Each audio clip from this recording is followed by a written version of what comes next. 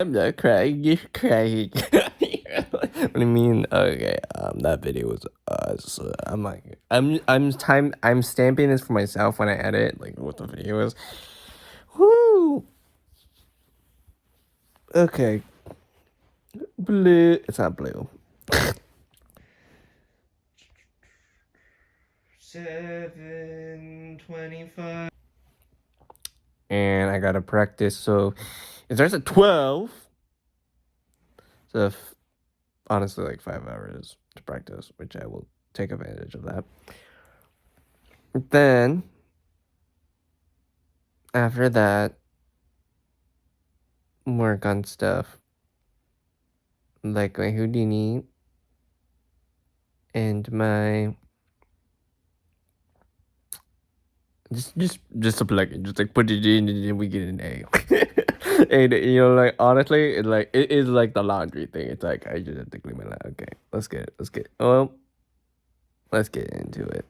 Oh, okay. I woke up at 4. I think I'm 3 or 4. I have like a sore on the back of my throat. I don't know why. I drank water midway through, and then I felt the chalkiness. So I think it's just because of the water. Maybe I'm using my red cup too much. I don't know.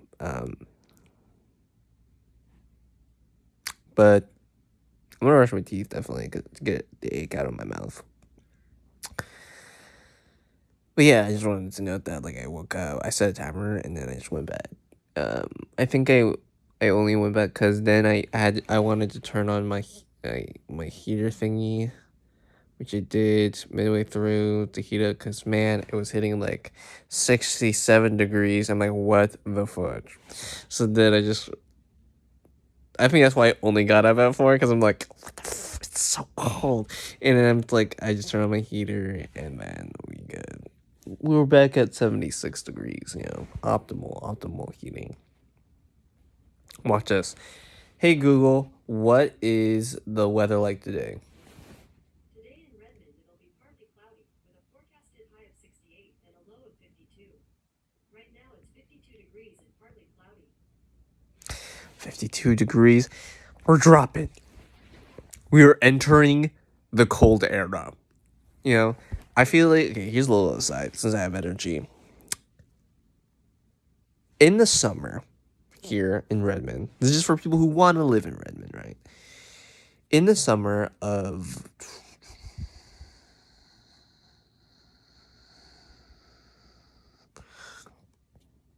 yeah, I'm doing it January, February, March, April, May. Like June, July, August. It's hot. Somewhat raining a little bit, but mostly hot, humid. Now we enter September.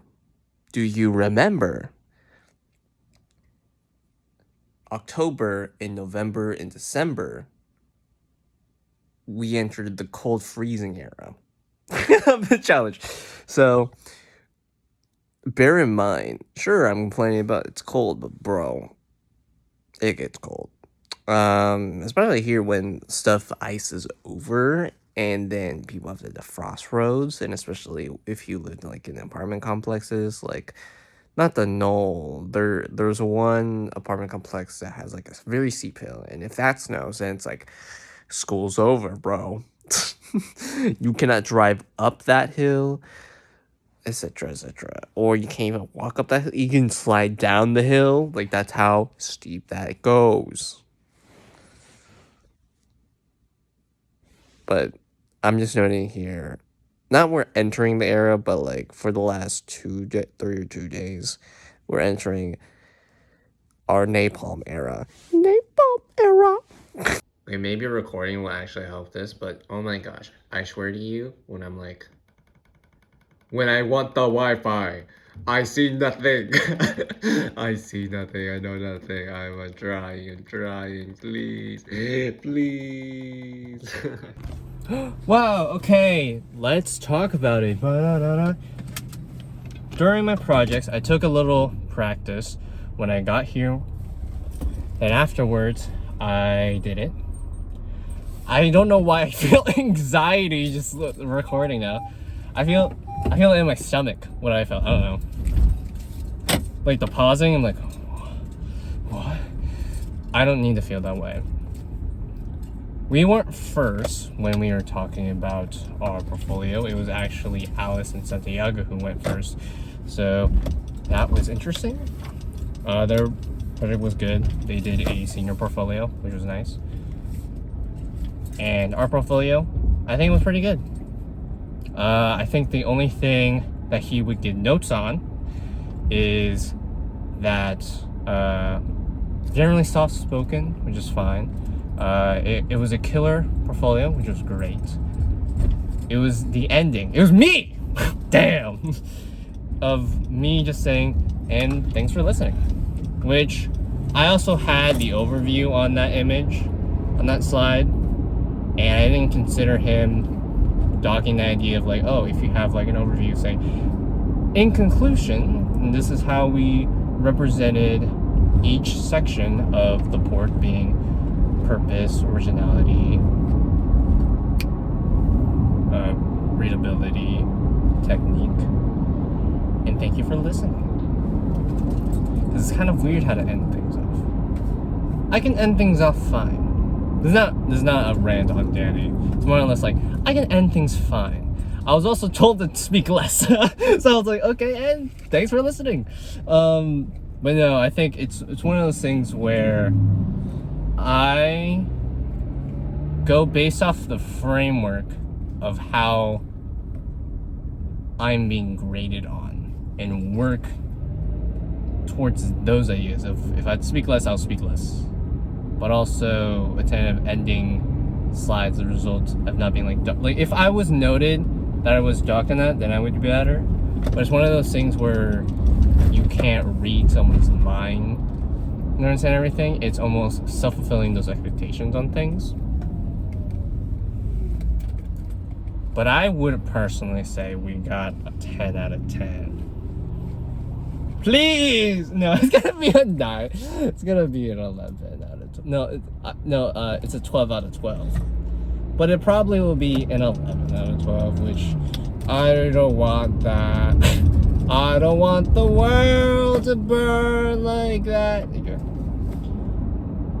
Then afterwards, during the presentation, oh yeah, I didn't say what I practiced when I was doing my stuff. It was very much on the cuff riffing, which was interesting. And I did say ums and uhs. I think I got too comfortable in the idea of, I also didn't have the pointer. So whenever I practiced, I had like an objective pointer, but I was pointing directly with my hands, acting as if it was a pointer, which kind of also threw me off in that way. Not bad, because I offered Bryce, like, hey, do you want the pointer? And it's like, okay, that's great. And then I had, and also every time I'm not looking at him, like I'm looking at the slides, I later on acknowledge, okay, I have to look at him to make sure that he's going to give me the mic, because he's not really going to say if he's going to pass me the mic, which is not bad. But it's one of those things I'm going to do now so I don't forget what I did during my presentation, what I did. So overall, sometimes practice doesn't reflect the final result. And I was gonna get something to eat at DigiPen, but then I'm like, I'm just gonna buy something to eat, like a sandwich, because I want a sandwich, and I want mac and cheese. After that, I got to practice the Houdini to Unreal pipeline and having to set up parameters. And during the time of other people's presentations, I just opened up Unreal, did the setup download for Houdini. And my takeaways right now, I don't know how to open Houdini softwares and connect it to Unreal. I think it's very much a file selector that you have to do something about, and as well putting those Houdini assets into Unreal and showing the parameters. how do you show the parameters in Unreal that you made in Houdini? Those are the two things. If I can lock those down, I can make anything. So that will be my takeaway. I also want to try out the Substance Designer plugin. Furthermore, the Fab plugin, possibly. Because if I can understand those, I can make anything.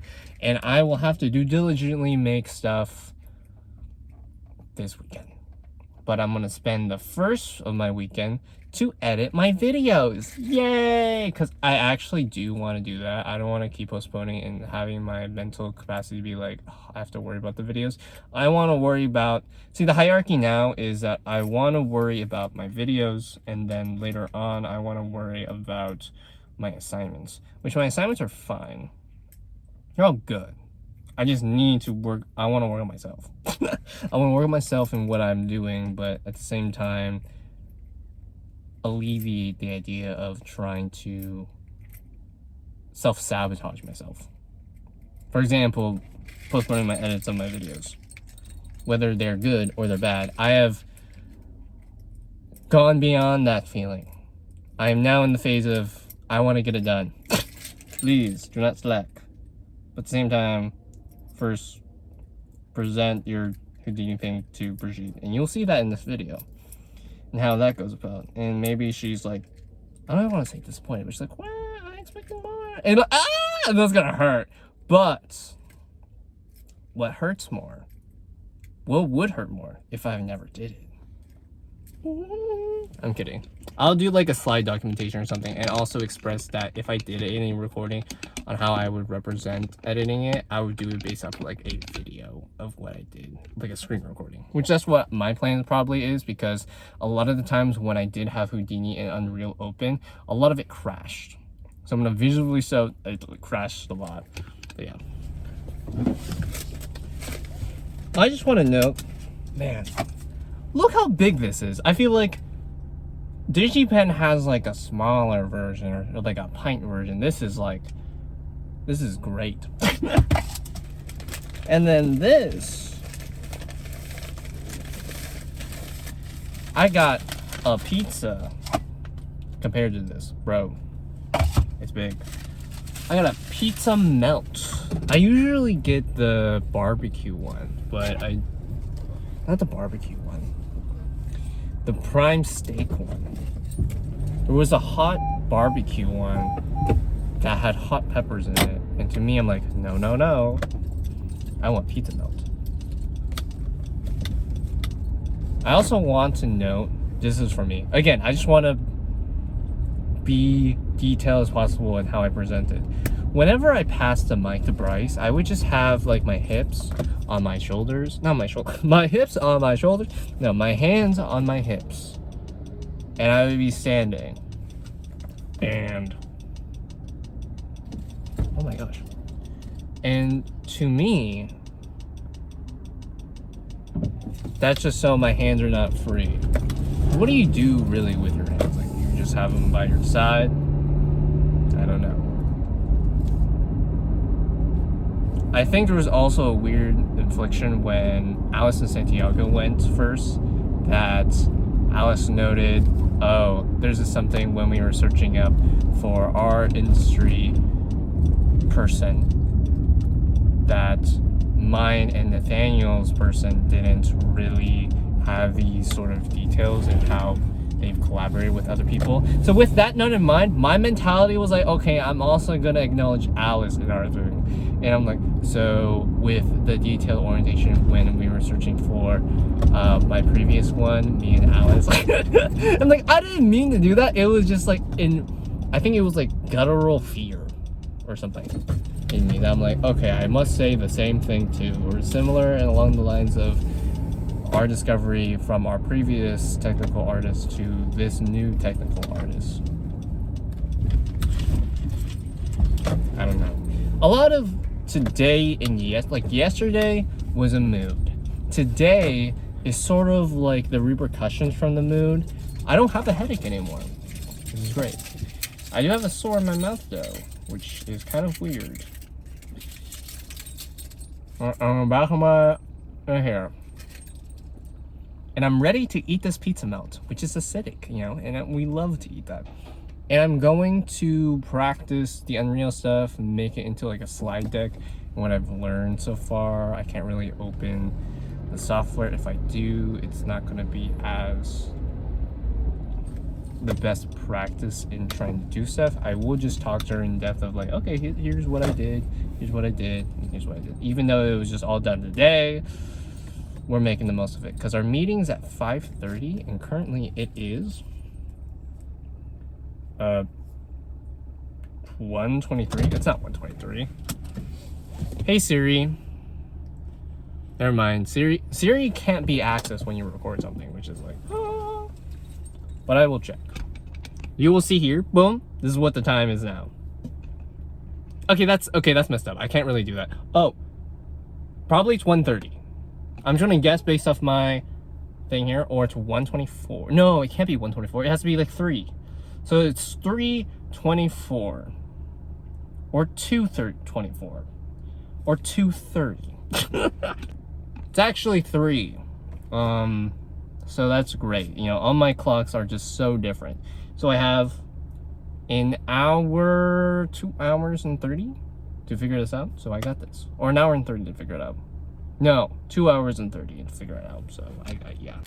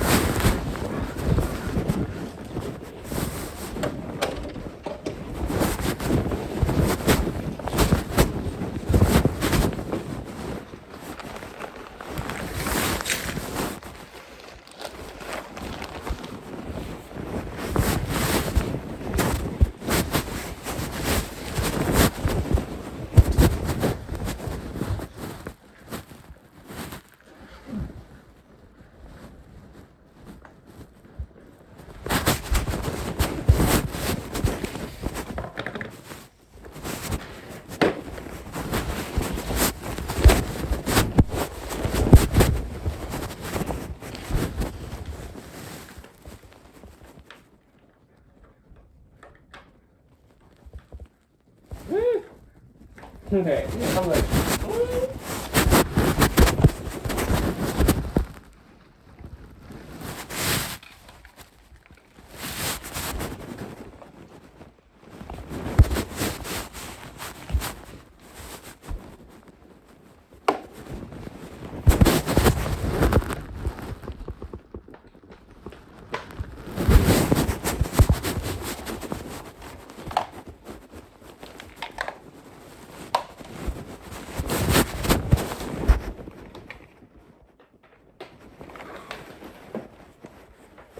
hey, you, I'm thinking about it, you.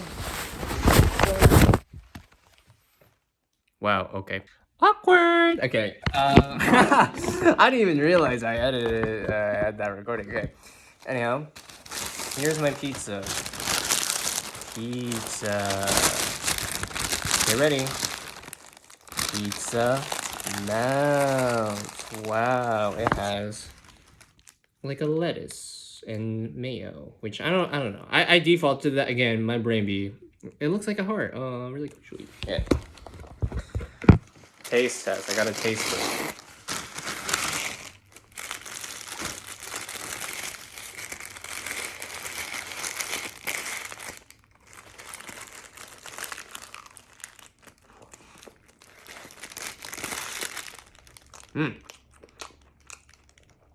Very pizza. And very lettuce. It's like a pizza and salad together. 8 out of 10. I feel like it would be better if I'm like, you know. But it's good. It's good. I would get it again though. Yeah. When I did come back to the computer after that.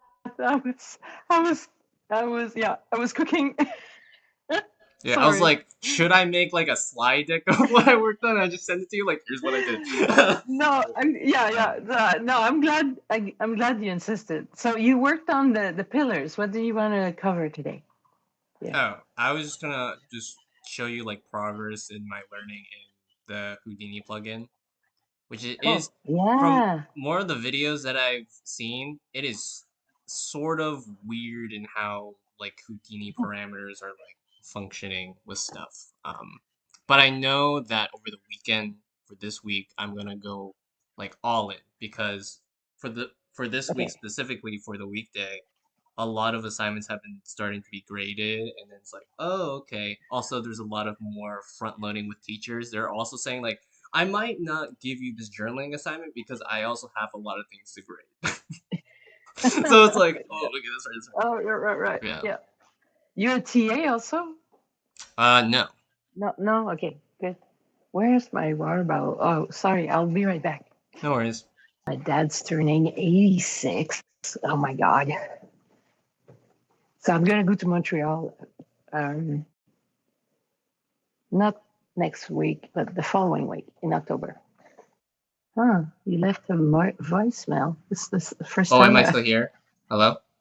No, yeah, you're. Hold on. Like I just switch. Yeah. Yeah, I see a split screen with okay. Unreal and Houdini. Yeah. Houdini. Unreal. Let's look at this.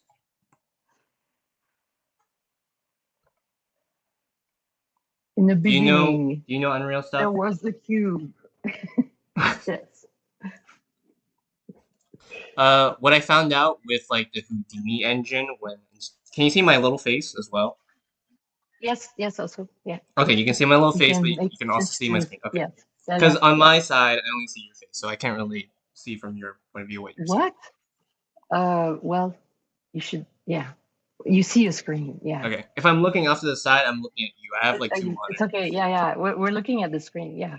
Okay. For what I was doing for my Houdini engine thing, it's very version finicky. So if I just open up like Unreal Engine, it sort of defaults to not showing Houdini engine unless I open the what's it called? The manager for Epic Games Launcher. Right. So I have to start off opening the Epic Games Launcher and then going into it, which is interesting. Okay. Because it doesn't automatically put the Houdini engine in because it's very specific in the version that you install. You can't like. Right. Yeah. So if I want to install like 5.6, then I would have to go through the launcher and install 5.6 so it would work. So I take that you're not on 5.6. I decided 5.4, which I'm more familiar with.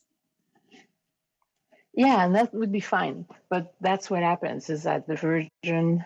I actually ran into another instance of that with the FBX exporter this week.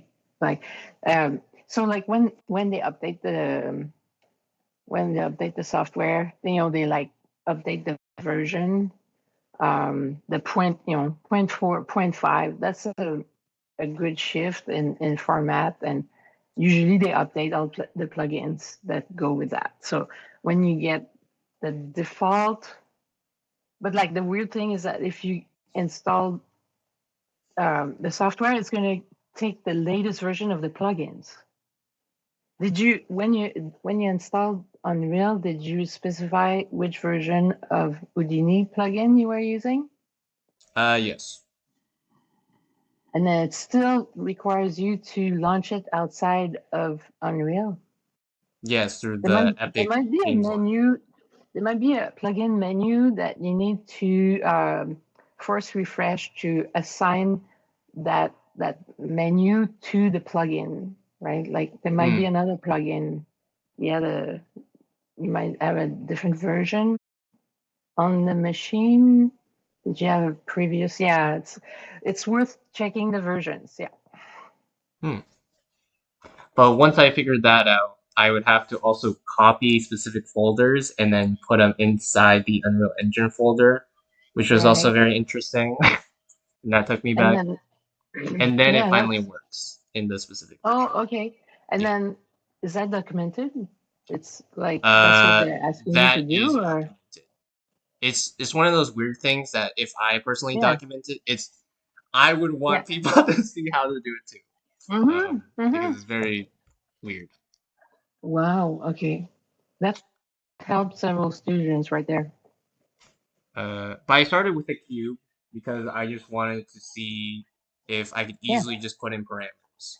Which throughout this Okay. week, one, it was the difficulty of having both Unreal Engine and Houdini open at the same time. Yes. So I have a Yes. fan running in the background aimed at my computer Oh so my it God. doesn't Yeah, you're on burn your up. laptop. When I'm working at this at school, because I tested at school, it would like Houdini would immediately break because I have it like both like open. So I'm like, oh, okay, I might work at this at home, which is fine. So it's working well. Okay. And then I second, would recommend purchasing a fan that your laptop will be sitting on top of. It's mm, actually two fans, right? It's like and of course it's more electricity that you. I don't know if there's some like a USB version of that where it's not connected to the wall, but mhm, it's really worth it to leave a little bit of airspace. So I'm on a laptop right now, and I put coasters, coasters that we use to put drinks on. I put coasters, two coasters, so that it doesn't move too much, but there's airflow. Because if the computer is on a surface, or even worse, on a cushion, you're on the couch and you put your your your laptop on the cushion, it's going to absorb all that heat, and that's not good at all. The air, because it's soft, the airflow, the air opening can be a little bit obstructed, and that's not a good idea. I've seen equipment go up in flames.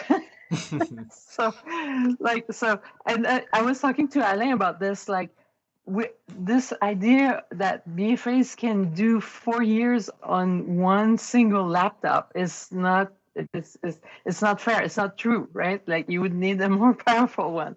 So anyway, I just take the. It's good that you identified that you have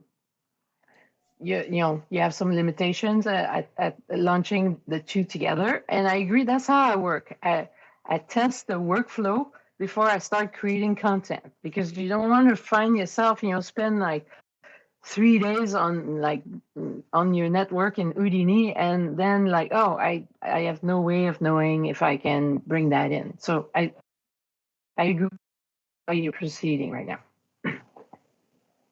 cool. So how do I make a Houdini asset? If you're not familiar with Houdini, I'm just gonna pull up here. Is that you would start off by creating like a box or any type of shape, Mm-hmm. and then you go Mm-hmm. in it, and in it, I just decided to make a bevel because that's my tool that Okay. I want to Yeah. adjust. I Mm-hmm. would then go to like any of these and I would copy the parameter and then put it through a null in which I can paste the Yeah. relative reference. Yeah. To So open the that's like the parameter. pipeline for Yes. anything that I'm making tool-wise. So that's why I basically just did a cube and I want to Yeah. bevel it. Okay. Yeah. And then this is what I didn't know, and I watched a couple of videos, is that you select everything Okay. and you go to, oh no, there's like there's the zoom thing, the Teams thing. You go to assets and Okay. then new digital assets for selection. Mm, And then you can name the type of subnet, which that's what it's called, the digital asset. And through right. that, it will go through your saves If you save it on your desktop, it breaks. Yeah. So I have to Yeah. save it in my Houdini asset. Yeah. So I'm trying to split screen. So those are the steps that you did take in the Houdini class, right? To export, to create a tool to bring it into Unreal. Did you do that? When I took the I've class. never done no. Oh, when I Yeah, took the class, we that's why did I that. want to know. Mm, mm, For Browner's class, it's a lot of just working in Houdini and then okay. making a final render piece. Okay. Oh, okay. It Yeah. changed since I took it. Okay. So the first one was a lot of RBD, which is rigid body dynamics, and then the second one is like make your own thing, but still in Houdini. So Okay. confined in Houdini. Okay. And he And didn't. it didn't even cover how to create a tool to bring it to like an asset to bring in Unreal. No. But like this makes sense what you presented there. Yeah, I've Yeah. done that before. And this is through trial and error figuring out like, okay, what will not work Right. and work. This one works. But then we go Okay. into Unreal, Mm-hmm. and this will show up. And what you typically want to do is create a session or connect a session. And Houdini Okay. has to be open. Okay. If it's off, it's not gonna work. It's gonna keep No, frozen. yeah. Which I'm like, no, that's gonna suck. That's where I found out, like, okay, it's gonna break my Houdini. No, yeah. All those quirks. Are you taking Yeah. notes as you're doing that? Yeah, Yeah. I If took you notes. take, I'm just if you explaining take my like a notes. 3 weeks, yeah, you take a 3 weeks break at Christmas and then you come back like, oh no, I don't remember how to do this. Yeah. So annoying. Yeah. And then with this would be usually highlighted, but this would create a new Houdini Same. file. Yeah. Yeah, hitbox. So Okay. if I did stop it and then open this would not show up. It would open like a new thing. Okay. I would want to hit Houdini node sync, which opens this. Oh, And yeah. from this, I can select from all my Yeah. geometry here, Yeah. which one I want to export. Yeah. Okay. Cool. Or from making the digital asset, I go through my content drawer and then go through import and then pick from the Houdini file that's in there and drag it in. Mm-hmm. Yeah. Mm-hmm. Yeah. Okay. And then once you have one of those assets, yeah, you have some open imported there, and then you have the channels that you established in Houdini are exposed, they're open in Unreal. Mm-hmm. The parameters. So the thing I was doing was, like you create a tool in Houdini, and it's still, I mean, it's to be used in Unreal, right? The parameters, you can still mess with it in Unreal. Yes.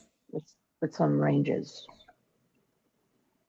Sometimes it's best to establish the range of those parameters than just create, like export and then trial and error, figure out what the ranges are. It's easier to do the initial testing in Houdini to figure out the range, and then you can change the UI to be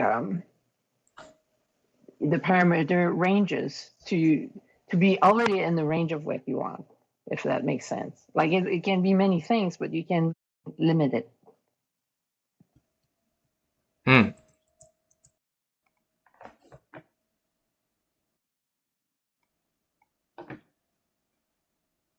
And then what I would do is, besides this error, is I would adjust this and it would change the shape of this. And then I would select from here the box and it would change when I export into here. So like Okay. this was the standard one, and then if I put the slider to like 0.3 and I dropped it Right. in again by via fetching Yeah. it, Okay. it would like go in. Okay. So that sounds like you're doing. So you're baking the assets in Houdini and you're exporting that variation out to Unreal. Is that correct? Yes. Okay. So essentially this section is like if I want a specific object in Houdini and I can change the Houdini parameters only in Houdini, not in Unreal, then I Right. can do that. Yeah. Which my goal is not to do that. My No, goal yeah, is, yeah. I was like, I finally figured out I don't want to do this. You want to go the I next level. yeah, I want to change the parameters in Unreal from what I've created. Correct. Yes, Correct, Amando. and then through that, um, I would typically see the Houdini parameters here. I think I just opened this now. I don't really need to show that. The Houdini parameters here, and it would have like a Mm-hmm. Houdini icon on top of it to suggest that it's able to change. Oh, nice. Yeah. And then if it was working, then it would show in real time, not real time, but like after I let go of the cursor, the different beveled shapes. It's immediate. Yeah. Yes. It seems like from when I was watching some of the videos that I could be probably setting where the locations of stuff are wrong on Houdini, and I'm going to look into that more to see if it works. Okay. There's also some weird asset bake settings that I need to like make sure I have to check on and check off, and probably Mhm. naming when I do the digital asset portion to like link Okay. stuff again. Yeah. Oh, I have something to share with you about the naming scheme. I came across a reference recommended naming scheme by Unreal. I posted on the general channel. I'm just gonna copy paste it to where is it? Right here. Recommended asset naming. Just to give you an idea, it cover the I didn't check for I didn't check for the so that's the message. I just copy paste the message, but that's the link for the recommended. And then it's worth looking at to see the structure of the assets and what makes sense in terms of like naming convention to quickly identify items. So that I find it really confusing in Unreal if you just name the assets by their name, there's significant representation, but it's good to have a suffix or a suffix, but it's best to have a prefix before the name, the significant name, the unique name, about the type of asset it is. So that's what this is here. Right? A physics asset, yeah. Do we have Houdini in there? I didn't check. Do we have that? Oh, if it has Houdini. It does not have Houdini. But it's something that would be worth checking into Houdini documentation if they have a recommended naming scheme, right? Yeah. They also to do have that kind of work. They also have pre-made folders, so I didn't make this NodeSync folder. So it seems like everything that I go through NodeSync for, it would like be provided here. Oh yeah. So if I ever do that, that's cool. And it turns into a static mesh. So I'll probably put like SM, right, for static mesh _ box one _ two. Right. Yeah. So I mean that's a possibility to do that. When you're thinking about creating a tool, you can have simple tools that, like this one, where you can have different shapes. Then you can have propagation tools. There's different types of tools. And what I'm attempting to say is that you shouldn't try to create a tool that does everything. So at first, right? Like you have to get the hang of like creating a tool that has like 3 parameters before you have 18 of them, right? Yes. Go wild on like seawall construction, push button here, and then like randomly creates this awesome vacation land. That's why I started off with bevel. One bevel. Can the parameter show? And it finally did. Right. Oh my gosh, thank you. Do we see the bevel? Oh, it was the from one object to the other. It was oh yeah, I see the bevel there. Did I see the bevel? Or this is a cube that was destroyed by a bevel. But Yeah. not a devil, a devil. There's also Okay. Houdini tools, Oh, which I can import those. that's what I'm talking about. Yes. Yeah, and then you can Boolean stuff, you can polyreduce, you can make occlusions, set pivots, surface instancers, curve instancers. So I can hook stuff up to Oh, those and do the oh, propagate or nice. like scatter Yes, stuff. that's the ticket. Yes, yes. So I would study those, what they do, each of them. They might have some tutorials, the introduction or documentation that describes those tools here, just to be knowledgeable about what you can connect to, to save you, because the work is already done there in some aspects. Hmm. Surface instancer, polyreduce. Well, yeah.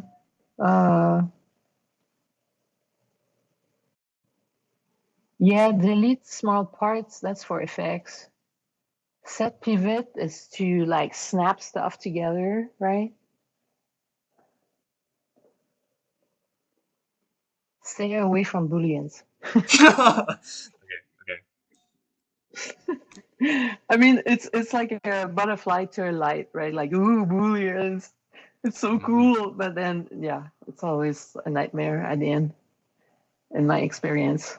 I mean, you really have to read the documentation to use booleans. A lot of testing. Recook. Oh my god, that menu is so Mm. long.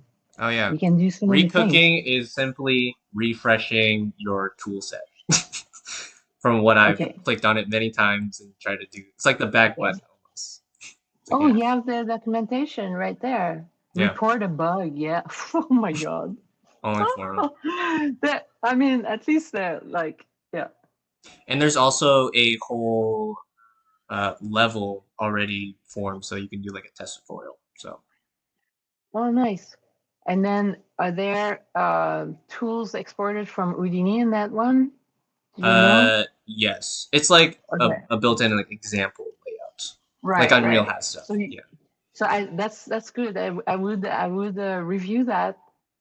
Not everything, but just the parts that interest you, to kind of back engineer it, for to understand the structure of how to put it together. It's complex, but if you look at an example, and then there's the other aspect is that like it can be complex, but not the complexity that you need. So, but like at the same time, it can open your eyes of like what's possible to do in that type of tools. So it's worth looking into. Cool.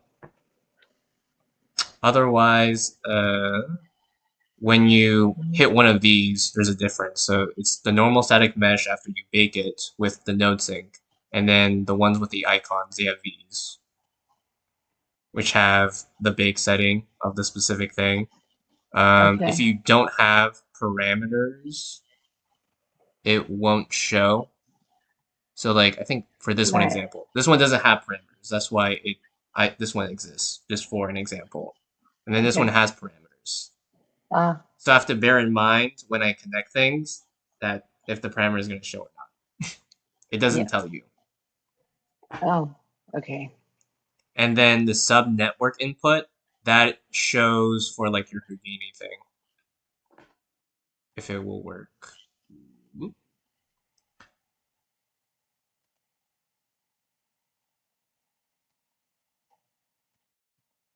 If I want to put in a circle, it will Mm-hmm. put a circle in Houdini.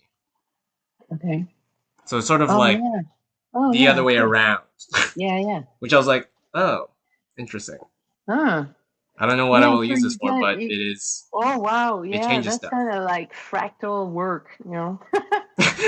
You Good to export know. your tool, you do stuff, and then you can spit that back to Houdini and continue. Yeah. Huh. Interesting. Because sometimes you need references of or like you want to test how it's going to propagate without having to do the whole shebang. You can just like take the mesh in Unreal if you're using the landscape, I don't know if it's compatible, but like you would export the mesh into Houdini to see if you can propagate your trees on the verts like you like in there as an early test, and then you export the tool, and then you use the tool on that, on the Unreal side afterwards. And there's also this sync function where it's like sync to Houdini to Unreal, Unreal to Houdini, both. But currently it's disabled right now. So Okay. so again, I don't even know if it's Well, working because sync. this is working, but yeah. Okay, yeah. It seemed to be immediate, right? Like when you Yeah. change the parameter, it updated. So it seems to be enabled right now. Which I'm like, okay, good to know. Okay. Otherwise, I can switch types of assets that I have, so it can just change automatically to another one. They're all cubes, but they're changing. Okay. Oh yeah. Okay. And I think those were the main Different. stuff Yeah. that with the plugin that it has to offer. Everything else seems very standard with like Unreal has for like the transformations and physics, Right. lighting, and rendering. It's a static mesh. Yeah. You have the same parameters as a static mesh. Only the content came from Houdini. So you have the sync there. So like, what's the true advantage of exporting the meshes? You can still, what's the difference between doing this process from Maya to Unreal, or the advantage of exporting meshes from Houdini to Unreal?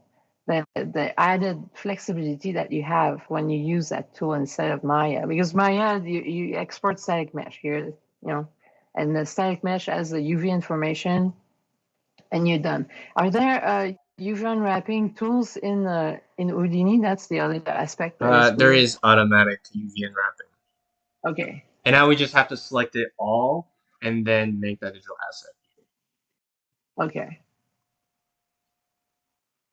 Maybe, yeah, some of the modeling you might have to go to Maya to bring that in and then do the UV unwrapping so you get what you want, especially if you're doing sheets that combine several items that can be mix and match, like what do a tiling sheet? It's not a tiling sheet. There's a specific that term escapes my mind right now. But like, if you're making a series modular set for walls, you have the trims, you have the top trim, you have the wall itself, you have the doors, and then all is in one UV sheet, and it's tileable patterns that you can put everywhere, right?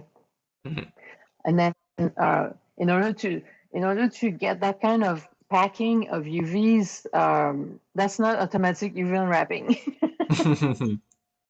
because you have several objects on one sheet, and it's really specific where which zone is being reused from one object to the other, and so basically you're from one mesh to the other, the UV shells are overlapping. If that's what you want to do, right? I think yours is more random than that. But like if you're making wood boards, for example, you can have like the first layer being shared by all the boards, and then you have like another layer of grime that is procedural on top of that. So there's many ways to go at it. Yeah. So what, in your opinion, what's the main advantage of? I mean, Houdini is not a modeling tool, right? I would say if I did like simulation stuff, like fluids, and Yeah. like having that Yeah. like pre baked in like cache. That's what I mean. You can have that Right. or VFX. Yeah. You can also do a lot of simulations if I've not said that already for like crowds or voids if you want to do that. The But like ability when it to comes change. to when it comes to the static mesh, what's the true advantage of using Houdini instead of Maya for a static mesh? Oh, It's just for like a the static mesh. parameters that you were the parameters that you can change, like you were showing me there. But like, what's the power underneath that? Like you know, it When seems you go through the not drop down flexible enough. menu, you can like select Yeah. specific amounts, Oh which is yeah. interesting. So you can select Yeah. from your hierarchy.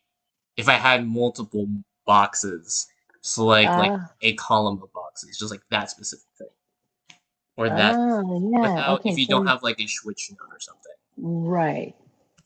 Because But you with a could do switch that in a node, tool. You yeah. would do that in a tool, no? Yeah. Hmm. Okay. There's many ways you can organize your work. Just go with what makes sense. Like you're gonna be watching some tutorials and some people you know set up use those tools in the way they use it, right? But you want to find the flexibility and have enough knowledge of those. This is really good exploration because you have enough exploration of the tools to know what it can do, and then you go with what makes sense to you, and not systematically following how other people organize, how they create assets is what I mean, right? Like you could at first, that's fast, and you follow to get results. You just and then but don't stay with just like one reference of it. Like if you don't, I wouldn't watch one author, all the videos of one author, and just base my whole work on that author. I get many sources of how that can be approached. I'm not, as you can tell, probably I'm not really hot on just like exporting static meshes from Houdini.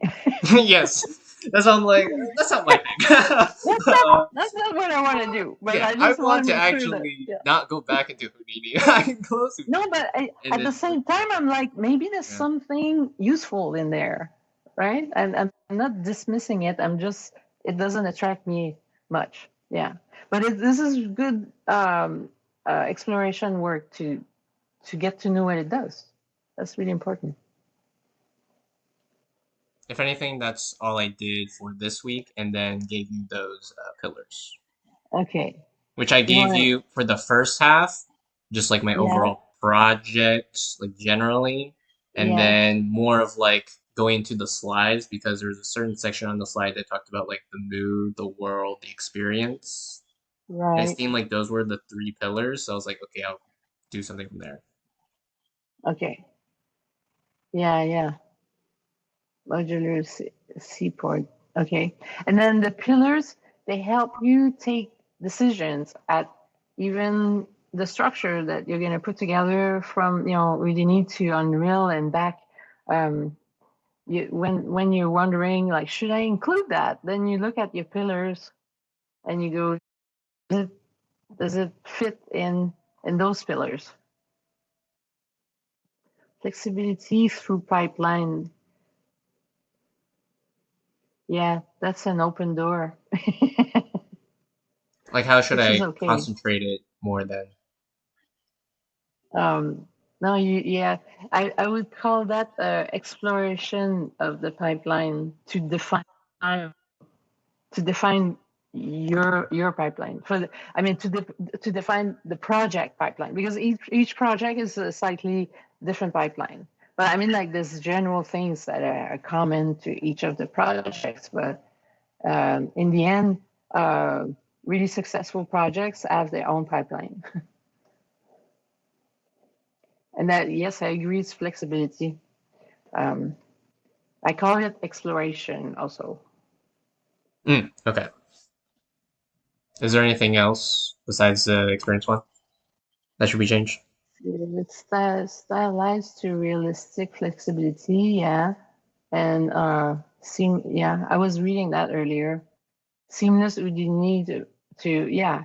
So get rid of the kinks for the process, and the modularity. So does every aspect of what's going to be in the scene in Unreal be in some fashion uh, in a in a modularity concept structure. I think so. Okay, Yeah. I can also show maybe. you a technical art portfolio that I presented today that showcases that modularity. Yeah, you showed me that doc with I think you showed that to me. You were saying I'm working on that for my other class, your portfolio class. Oh no. It was on the waterfront. Was it that one? Yeah. No, this is a different one. The Okay. waterfront Okay. one Okay. was too Okay. immersed. No. Right. Right. It It was was going too far. this one. Ah, Which is nice. definitely more different than how it is, but from what I've showcased. Right. But it would So have the like, geometry and then it would populate it okay. from the Houdini asset. Right. But we're still saying like architectural features, Mm. right? There's no vegetation. There's no special effects. There's no. It's just a part of your project. Hmm. It's a small part of your project. Yeah. If anything, to expand on it, it would be using the what's it called, like the pen tool, like for bridges or for fencing, instead of just like geometry shapes, Right. or So like yeah, this making is a really whole circle, interesting. like a what's it called? Not the paint bucket tool, but just like make a whole circle and then it would scatter. Or I Yeah. can make those cubes transparent and be more of like boxes where I can like extend like height or length or width in that dimension, Right. and then it will populate everything inside of that cube instead of Uh-huh. showing everything outside. Right. So in the sketches that you showed me, yeah, like the wall was a main feature. Then you have some architecture, the cabins on the dock itself, and then the water is kind of like extra. And then was that vegetation? Oh, there was like nets and flags and kind of like did you have a kiosk? A Yes, or display? just Yeah. like hanging tapestries. Right. Stuff. So, like each of those items I just enumerated are like different systems, basically, right? Different tools. But you can have like don't try to make a tool that would make everything. As you create different tools, then you'll see what is similar and then you can merge. But attempting to make the master tool from like scratch is a little bit dangerous because you can spend a lot of time defining the parameters and not having any output. So like what we're looking at here is like one system. It's the cabin and the dock. They can be together, right? It's similar to the cabins and the dock structure. So that's one system. The wall might be included in that too. So that brings you quite a bit forward. But if you want to have like cabins on top of the dock, it's kind of like there's like three layers. In this one, there's yeah, this the pillars and the yeah. I think the cabins, the dock, and the wall can be in the same system. But I was envisioning the seawall to be a little bit more intricate, or maybe it's just the initial mesh input to it, having having a system that does both the cabins and the seawall. In my view, is a little bit too complex.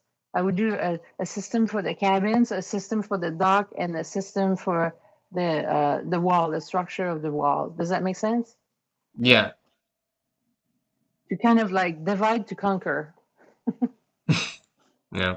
That's why I think I have to be very strategic in naming stuff as well. Right. Yeah. So if Yeah. I want to make like not just an overall building generator, but also like, for example, like a also an ocean wall generator with my building generator. What do I call that? If I'm putting Right, a lot of into like one master generator, right, which that would be right. confusing. So Yeah, you have to name all the different phases of grouping of the assets together, right? But at the same time, yeah, it can be open. Do you envision creating the seawall, for example? Do you envision doing a switch of, I was going to say style, but more like shape, like a seawall made out of concrete, a seawall made out of bricks, another one made out of stones, and different shaped stones, and really arcane stones, and really polished stones, right? Is it going that far? I think it will only go that far if I use like Substance Designer from like the Right. plugin that you would use. And there is a way where I can change the types of materials as parameters. Okay. I think it would be a So lot on my if I no, made like yeah, the brick house, for example, and I had like different shaped stones. I That would know, definitely yeah. take more while than like a building. Right. So like the what we're looking at right now, it's a specific set of building within the same style that can be modular, but we're not changing the style, right? We're changing the combinations of those assets together. So yeah, good. I just wanted to for us to be on the same page on that because yeah, I think you want to narrow it down. Still be modular, but not address the entire universe, you know. Yeah. Like that'd be crazy if he has like indoor stuff too. He opens the door, like Right. what? Yeah, It yeah. populates everything. Like that's crazy. Like he has his door, yeah. The door, you can place windows Right. around. I'm like, Yeah.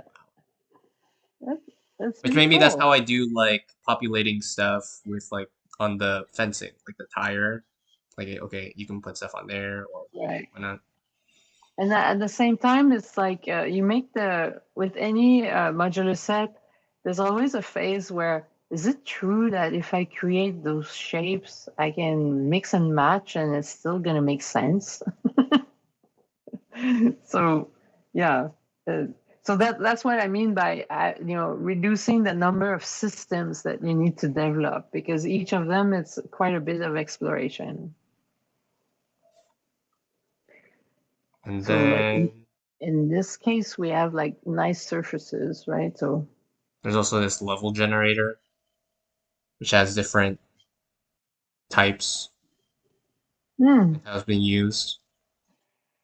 So that could be like a presentation style of just like the final result, and then it's like shifting through.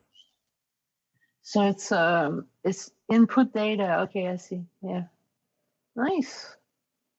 And this was done Yeah. in Houdini and Unreal. So I was like, oh, great. See, I think that's more in the range of what you can do in a few weeks. And then learning from that, you'll be able to continue creating modular sets. There's not much modularity here.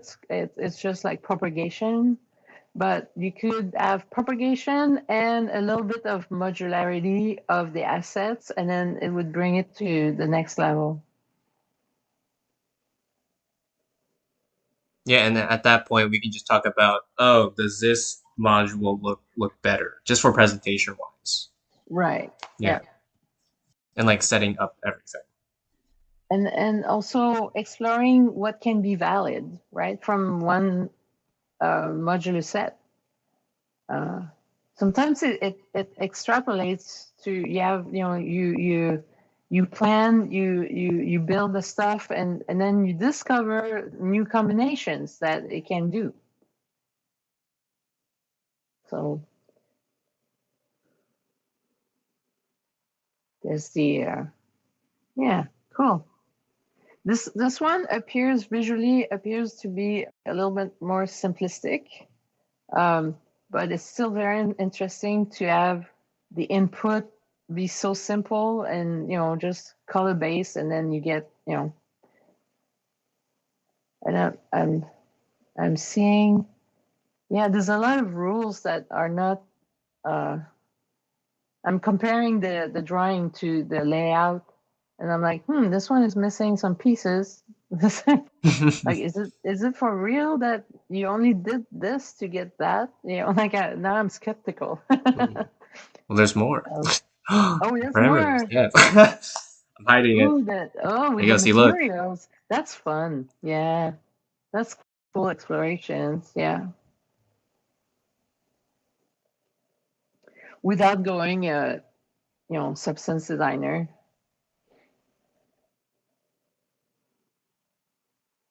Nice. That as he published his project. It says it's worked on during his university study, so it's called Rune Okay. Ravers. I have not found it Oh, when doing it, but okay. yeah. Okay. That's another one. If you can, that's good to have the breakdown. That can help you organize your stuff to look at that. Um, so you have like basic shapes, secondary shapes, and tertiary shapes, right? You want to, and each of the, when you do the tool, you want it to be as simple as possible. Okay, recursive subdivision and then randomizing transformation. Yeah, nice. And then also the procedural UVing from Houdini, which does that, and then any collisions, which is cool. Nice. Yeah. Very cool. You live in the future. Yeah, and this was posted last year, so I was like, ooh, okay, Yeah. really good. But it's still in the future for most people. Yeah, you should have seen Moody's face when he encountered the map, level designer of one of the junior teams, and he was describing how he was using a texture to create a height map, right? Mm. And then Moody's mind was blown. I'm like, yeah, this. Yeah, I see him more on the third floor now. I'm like, wow. And he's like, "Is this a senior team?" I was like, yeah." It's like awesome. He doesn't know. Yeah, he doesn't know the teams. Yeah, we're still lost. We had our map this week. So Mm. Is he a part of projects? yes, For he's part of. oh, He's with me in the pre-production. Yeah, that's why I mentioned him. Yeah.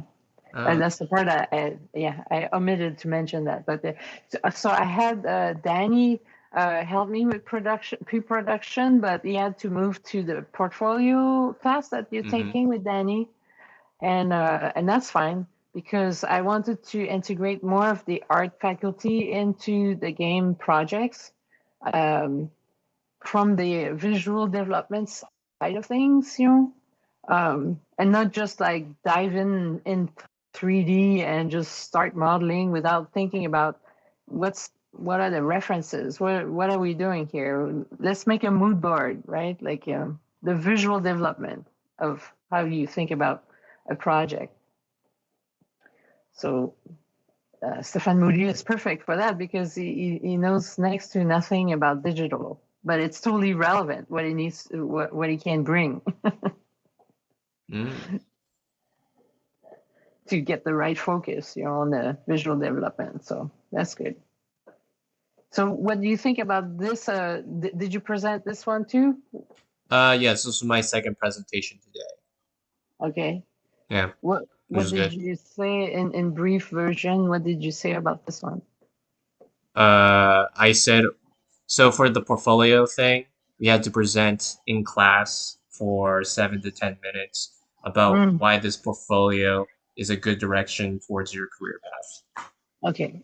So it Nice. was like, oh, he shows off his name, he shows what he wants to go for, where he's currently working at. It specified it had to be like an entry to junior level portfolio Oh, because nice. that's what we're almost aiming for. Yeah. But a lot of people in the class also pick senior portfolios and try Oh to figure no. out like an excuse like, oh, we chose senior one actually because it had everything. It's just like, Right. okay, that's cool. Because yeah. That's great. Hmm. I mean, as a DigiPen student, when you apply to different positions, you don't need to have every single asset, the items uh, to apply, because when they ask for like 2 years of experience, you actually have 3 years of experience, right?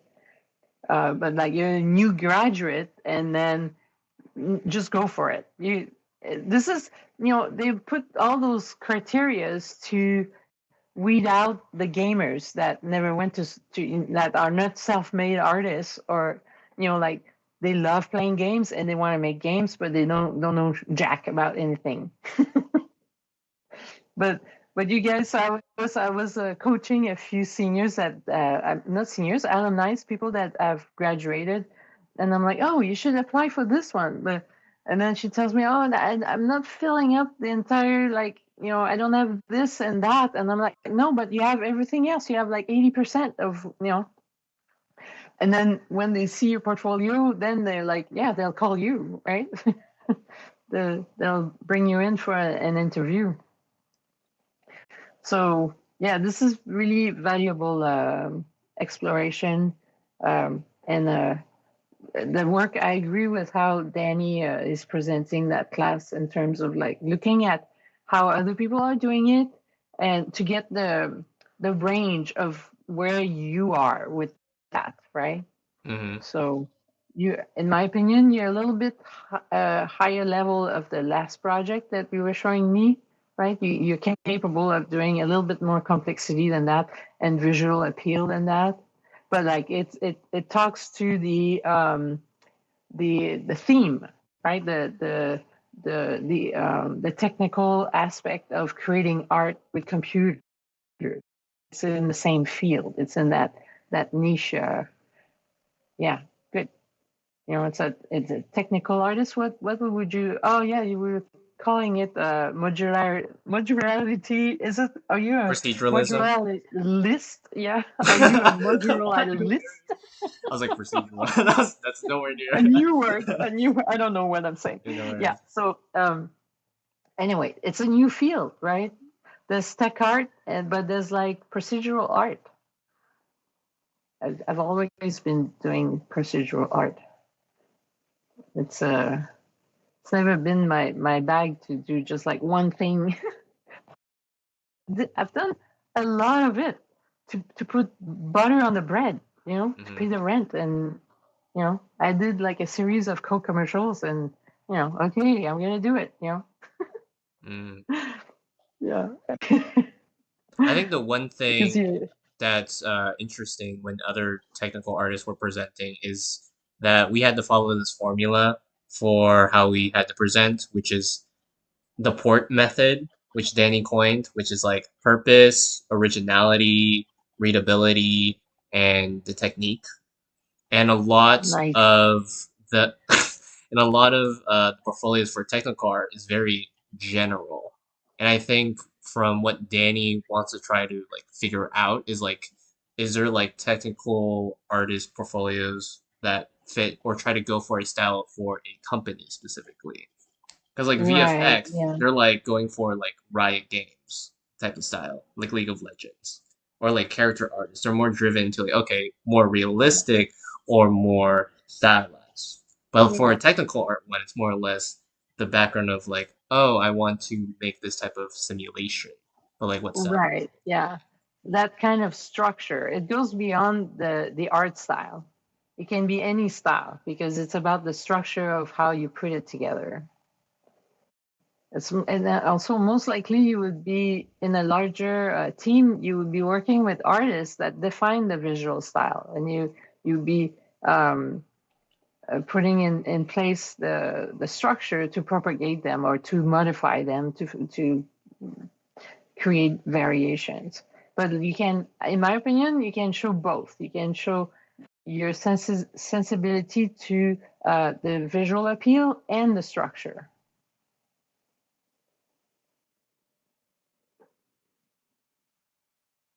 In this portfolio, I'm not impressed with the visual appeal. Ooh. They got a job. That's Yeah, a little bit. yeah.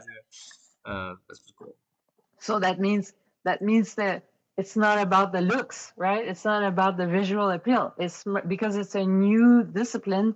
It's more about knowing the structure and showing that you're capable and understand how to operate in that field. Yeah, yeah. But your portfolio can be even better than this one Mm. because you have more of the visual appeal in your background. Like I've seen your work, and yeah. Yeah. Yeah, yeah. It's also cool that I joined a team which uses the Houdini plugin. Because for their Yeah. Houdini plugin, they're doing like the terrain stuff. If you played their game before, I don't know, Spirit and Steel. Yeah, yeah. Like they would have the geometry, pretty much like the building generator. They have geometry, and then it would like slope the landscape. It was like, Nice. oh, cool. Yeah, yeah. But the person who made it said, we hate it. It's not optimized. Which I'm like, oh, okay. So they're letting the programs optimize it. I'm Oh, like, snap. oh. Yeah, But I yeah. get to look at Oh, it, and I'm looking yeah, inside it what I can take away from it, but to not do. So, yeah. which is great. Yeah, that's that. I mean, if you decide to go for the visual appeal, oftentimes the technical side needs to be, yeah, left behind. Yeah, a little Yeah. bit. A lot It's of in the context of a bigger project. a lot of it comes down to like camera clipping. So if it's like a cube, but then like it like slopes down, you can see through some of the edges. So I think Right. they need to fix like the collision aspect of stuff. Yeah. Oh my, what a So it's like, rabbit hole. ooh. Yeah. When they're showing to Rowan, it's like, you're clipping over here. It's like, we know. We're gonna fix that. So we have another Don't semester mention to it. do. So yeah. Yeah. Okay, good progress Yeah. this week. Yeah. Yeah. Nice. Are So you anything else for my the pillar thing? um I think using the pillars for a few weeks is gonna define if they're the right ones, and leave yourself the door an open door to modify them. But I think it works for now. Yeah.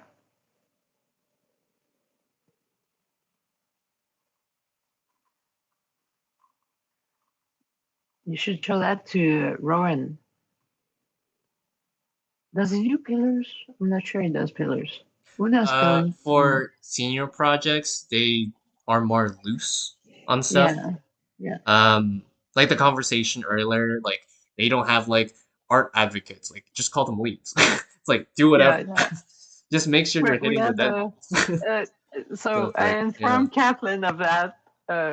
Was it you that told me that, or I just like hinted at it Hmm. to Andy, and that like we were not aligned, and then he had an encounter with Alain, and they settled that one. He's like, who added me out? And I then gotta admit. it's because we have so many dictators in the junior level. When we give the title of director, they go like, "Oh, I'm the one who has to do everything," and it turns into this like one person directing 16 other people, and no, not good. Mm. And especially with the daily check-ins for the like on Fridays. I don't know if you still do those for projects. Like, oh, write in teams Hmm. like what you did. It's just at the Yeah, end yeah. of the milestone, we have like this baseball card thing that Rowan provided, and just fill that out. So it's okay. Yeah, yeah. I mean, it's a progression in like self-driven behavior, right? Like because like most of the juniors don't have any idea that they should inform their team of what they're working on. Mm, So we have to make it a little bit more systematic, and like the role of that is to develop a sense that you should be able to make your work visible. and define what's on that baseball card. It has your contribution, your title, and what what you contributed in the previous milestone. Yeah. Yeah. So And in also order to listing your strengths and then your development areas. right, So like, right, good. Yeah. So in order to do that, you need to be able to synthesize, how you work, and then, so what we're doing in junior years to prepare you guys for that, right? Because like going from like not telling anybody what you're working on and creating a baseball card, there's a big gap there. yeah. But like when people understand that it's to inform your team of what you're working on, and that they catching on this year, it's working. People are using more snapshots and visuals, and it's working. Oh well, is it 7:10? Yeah. Okay, okay. We did it. We made Time flies. less than an Time hour. flies when you're having Yeah. Time flies when you're having fun. Yeah, so that was a good week. Yeah, good development. And I I'm gonna reread the pillars, but so far I was seeing that they're appropriate. They're lined up with what I heard you want to do. But feel free at the beginning of the project to be able to switch the pillars, not later, but just like because it's the first pass on it, right? It's the first, maybe not the first pass you reflected on it, but it's you're putting that set of pillars to the test, and maybe you're not gonna like the outcome of that test, right? But are you gonna use the pillars or not? If after like 3 weeks you're not using the pillars, it's probably not the right pillars. They need to be useful. So it's in the application. Yeah, good. All right. I'm glad we were able to meet this week. Sorry for the delay. No worries. Patience. Okay. Yeah. And then would you like to meet on Tuesday? Yeah, I can meet Tuesday and probably Okay. have like at least like one tool to show off. Like, hey, this is how this Yeah. works. So that'll be cool. Yeah.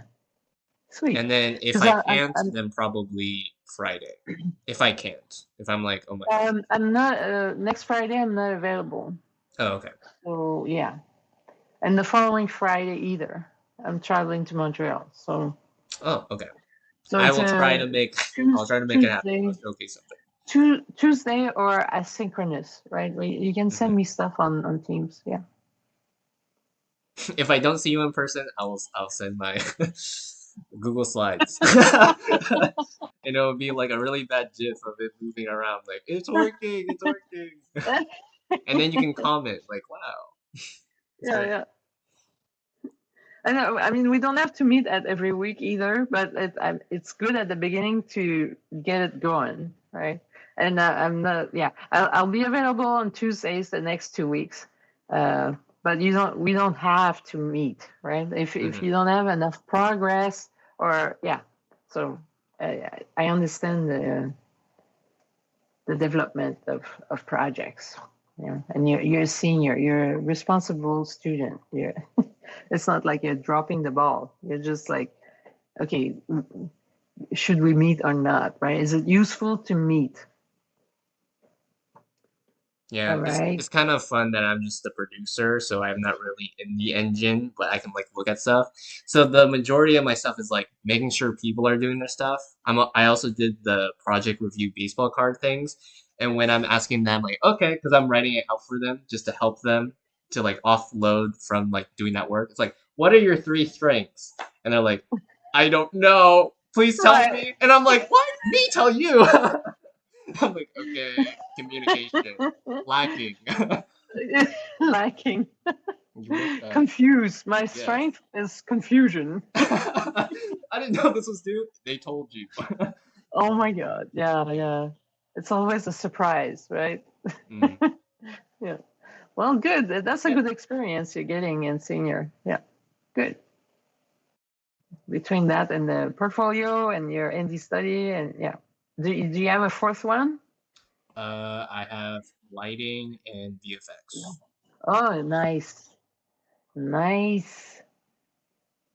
Which Yeah, VFX does like Houdini stuff. So I'm like, ooh. Maybe later. I'm not yeah, even gonna think yeah, about yeah. that for this project. So Knowing okay, how the so that plugin would, works, I'm like, okay. yeah, But yeah. yeah. So yeah, set that up to be a little later. But yeah, the integration, the work that you're doing right now can support that. Yeah, good, because you'll learn a lot with that in that FX class. It can be a little slow at first, but I don't know. Oh, it's with yeah, I see you on Thursday night. Yeah. I'm like, oh 7:39. yeah, that And I'm class. like, hey. And I started. I'm Great. like, that's weird. I started. He added me to the channel. I started watching Oh, it. Yeah, that's cool. it's really good. It's really good. All right. I'll see you on Tuesday Yep. or See not. you on Tuesday or not at 5:30. I'll send You you can, something. yeah, you can let me know the day of or just the night before if it's lining up, and then just to bring visibility to it. And yeah, thanks for calling me earlier. Yep. And enjoy your trip to Montreal. Yeah, thank you. Yes. Oh, wait. Yes. Yeah, yeah. Have a good weekend. Yep, you too. Okay, bye for now. Bye. Wow, that was great. Talking to Brigitte, that's awesome. That's how I'm gonna know. Like, this is the video after the fact you talked to Brigitte on your computer.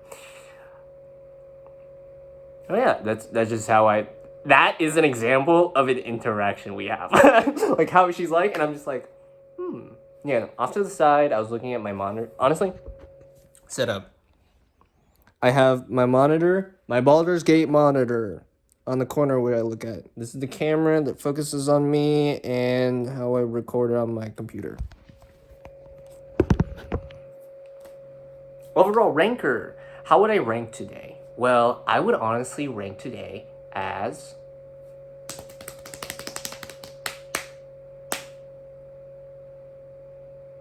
an A. What? I would say it's like an A minus. It's not an A, it's an A minus. I gotta give myself credit for that. Why is that? Well, for starters, even though, I did my practice and I presented, that was great. Conclusion aspect of it, having the opportunity to actually take advantage of trying to do the setup for my Houdini thing, clutch. I gotta admit that. I gotta admit my clutch today. That was a clutch. And her not doubting me in the slightest. A clutch. Getting food to eat. Clutch. But yeah, it would be like, it's like a B plus, but it's like an A minus because I put in the Houdini work. I put in the Houdini work to do stuff. So overall, when it hits the weekend, I'm gonna edit all of these videos. You will know me as the editor king. It's gonna hurt my optimization on YouTube overall, but it's going to be done, right? We love it being done. So I'm gonna take that opportunity to do that. Then on Sunday, I'm gonna do a lot of the bulk of my homework assignments because they're not due until then. Let me check really quick if they are not due until then, because I don't want to gaslight myself being like, oh my gosh, I actually have an assignment that is due on a specific day, which is on a weekend. So okay, let's check. So this is my itinerary. I'm gonna show it because I've never showed it well. Itinerary for my day. So this is like the week I have right now, the next week, and everything that's listed here, which is kind of cool. So is there anything on the 20? I did my plugin thing. Awesome. Great.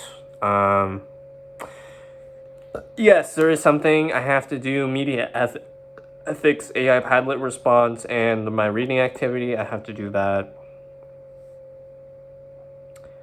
And that's it.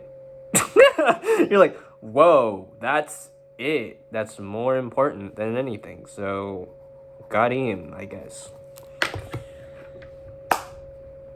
So what I will have is one tool, a tool to set up. One tool working.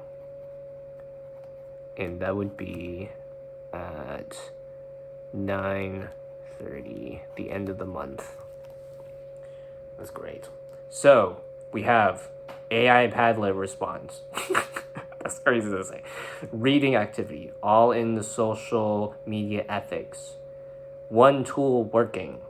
We also have to do some lighting assignments as well, which is a resubmission of my lighting thing, and my project assignment and my assignment for the cabinet, which they have recordings for, so I don't really have to worry about it, but do them.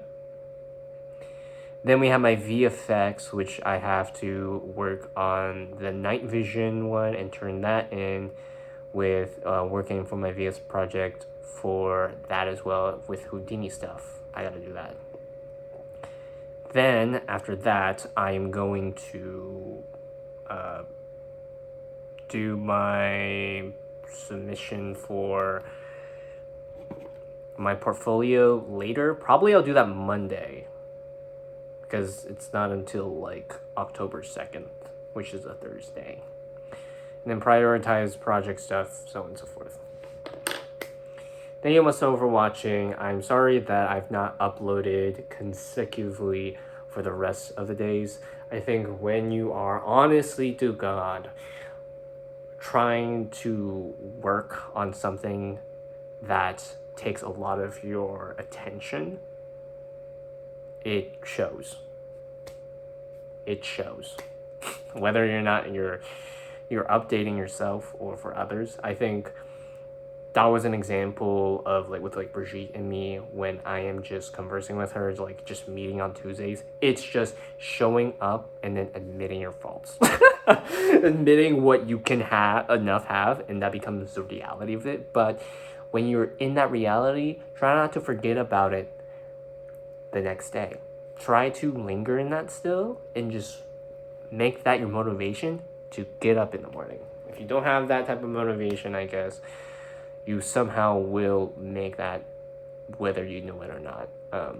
I think it's one of those things where when you look at a clock on your watch, which I've been honestly feeling for a lot this week, is that if I'm laying in bed and I see my alarm and I have a class at like 8 or something, which is crazy, but that's just an example, and I'm like in bed at 7 and I know it takes me a drive to school roughly around like 5 minutes or something, and then I'm like waiting for it to hit 40, but then the expectations of when I get up at like 7:40, I have to change if I've not changed already, showered if I showered already, put away my appliances, which I probably have or have not already, and then also get in my car and then go, and that takes like 25 minutes or something. So the biggest goal is, from your experiences that you have, you could optimize your life, but it makes you also weirdly lazy, from my experience. So to prevent that from ever happening, I think the choices are that you either set up like unconscious motivation, which is hard, but if you watch my videos, they show up and you're like, oh my gosh, I need to get up because XYZ. Like, I feel like that one time when I had to present the first technical art portfolio, like that was a blessing in disguise. It was like, I got there at like 10, but then I'm like, class starts at 12. So I'm like, damn, okay, let's keep practicing. Like, I'm forced to do that.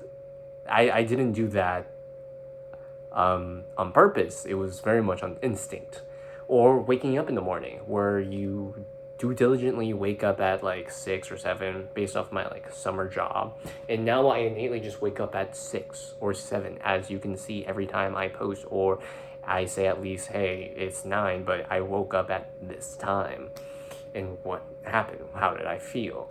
It's those things where I'm like, I want to try to get up in the morning and not try to get up in the morning and watch a video, right? It's when I have those downbeat moments, try to get yourself back on track by, for example, let's say, putting on Touch.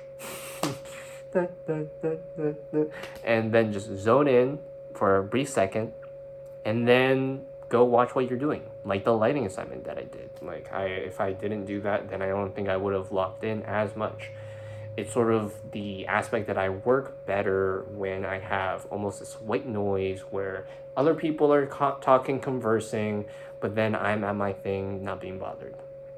And that locks me in innately. I feel like if I don't have that stretch of whatever I'm doing, then I'm not going to do anything.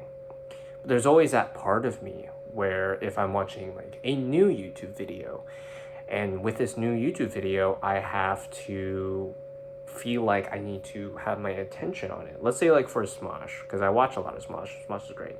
And I watch the video of Smosh, and I'm not paying attention on the video itself. So probably just having music is enough to do something, right? Just put on some music or put on a podcast. Oh my gosh. And then just work on whatever you're doing. I think that's the best way for me, and if it helps you, you can try that out to just lock in. Not have something that needs visual stimulation as a result, like a Subway Surfers. You don't want a Subway Surfers. You want music, and then, or a podcast that has no visuals, and then do something randomly, just that is work related, and then you lock in. At least for me. That's just me. Thank you so much for watching. If you like more videos like this, please click down below what type of video you might like and enjoy. And click here to watch the newest video, or the best video that's recommended to you. Click this video so you can watch the playlist of That's Just Me Season 2. I didn't just do this I Spent a Day. I did other things like play video games, also talk with people, also just have little anecdotes which are made up and sum up the idea of I Spent a Days. And subscribe, because not everyone is subscribed to my channel, and you know, I gotta get those subscribers. I don't need them. It's needed for the platform. And with the platform being said, it just be cool. That means you can let me know to upload more, and then I will upload more as we go forward. But yeah, see you tomorrow. If you see this video, see you when I see you, and yeah.